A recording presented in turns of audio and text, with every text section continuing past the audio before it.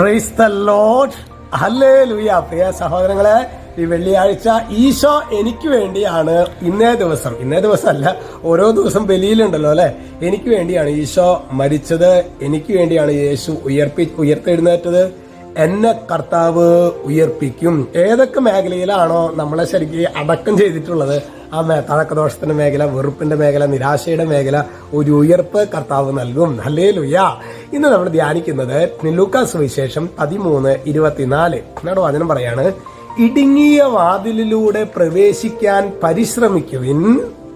യേശു വീണ്ടും പറയണത്, ഞാൻ നിങ്ങളോട് പറയുന്നു, അനേകം പേർ പ്രവേശിക്കാൻ ശ്രമിക്കും, എന്നാൽ അവർക്ക് സാധിക്കുകയില്ല.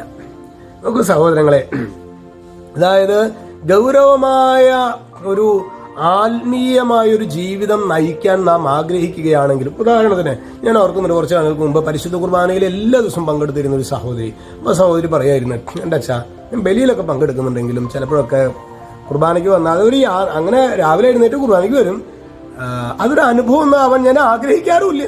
സത്യം ശരിക്കും അതാണ്. ശരിക്കും ഞാൻ കഴിഞ്ഞ ദിവസങ്ങളിലൊക്കെ എനിക്ക് നല്ലൊരു അനുഭവം വേണമെന്ന് പറഞ്ഞ് പ്രാർത്ഥിച്ചു തുടങ്ങി.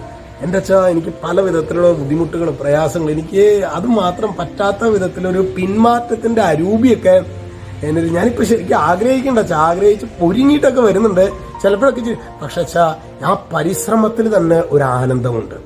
പരിശ്രമത്തിൽ തന്നെ ആത്മീയ ജീവിതത്തിനായിട്ട് ഉത്കർഷമായ ഒരു ആത്മീയ ജീവിതം നമ്മൾ വളർത്തിയെടുക്കാനായിട്ടുള്ള ഒരു പരിശ്രമം, ആ പരിശ്രമത്തിൽ തന്നെ സ്വർഗീയമായ ഒരു ആനന്ദം, പ്രിയ സഹോദരങ്ങളെ, നമുക്ക് അനുഭവിക്കാൻ പറ്റും. ഇടുങ്ങിയ വഴിയിലൂടെയുള്ള യാത്ര ഏത് മേഖലയിലാണെങ്കിലും പ്രിയ സഹോദരങ്ങളെ, അതിൽ നമ്മൾ ഒറ്റപ്പെടും, നമ്മൾ പരിഹാസരാക്കപ്പെടും, ആരും നമ്മൾ ചിലപ്പോൾ സപ്പോർട്ട് ചെയ്യില്ല. പക്ഷെ അതിൻ്റെ ഉള്ളിലും ദൈവം നമുക്കൊരു ആനന്ദം തരും. Praise the Lord.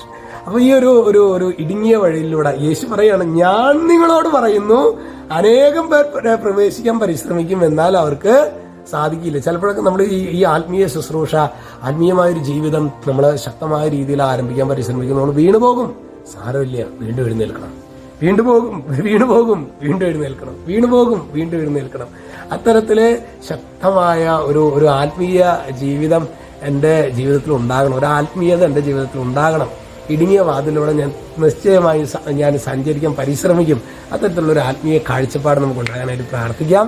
അതുപോലെ ഇന്നലെ നമ്മളുടെ വൺഡേ ശുശ്രൂഷ ഒരു തീയായിരുന്നു കേട്ടോ. ഉയർപ്പിന്റെ ശുശ്രൂഷ എന്ന് പറഞ്ഞ 3 ആഴ്ചക്കാലം ഇന്നലെ നമുക്ക് ബലിയർപ്പിച്ചത്. വളരെ അപൂർവം പേരാണ് ബലിയർപ്പണത്തില് അച്ഛൻ വേറെ ആരും, സാധാരണ ഞാൻ തന്നെയാണ് ബലിയർപ്പിക്കാറ്. ഇന്നലെ നമുക്ക് അച്ഛൻ്റെ ഞാൻ ഇന്നലെ പറഞ്ഞില്ല, ജെയ്സൺ അച്ഛന്റെ ബലിയർപ്പണമായിരുന്നു. ബഹുമാനപ്പെട്ട ജെയ്സൺ കൂനമ്പിളാക്കൽ അച്ഛൻ ശരിക്ക് അനേകർക്ക് അച്ഛനോട് പറഞ്ഞു, പല ശുശ്രൂഷകരും പറഞ്ഞു, അച്ഛാ ശരിക്ക് ഹൃദയത്തില് കൊണ്ട ഒരു അനുഭവമാണ് ബലി. ഹൃദയം കൊണ്ട് ശരിക്കും ഞങ്ങളുടെ ഹൃദയത്തെ സ്പർശിച്ചു, അച്ഛാ ഞങ്ങളെ ചലിപ്പിച്ചു എന്നൊക്കെ പലരും അച്ഛനോട് പറയണ്ടായി. ഹല്ലേലൂയ.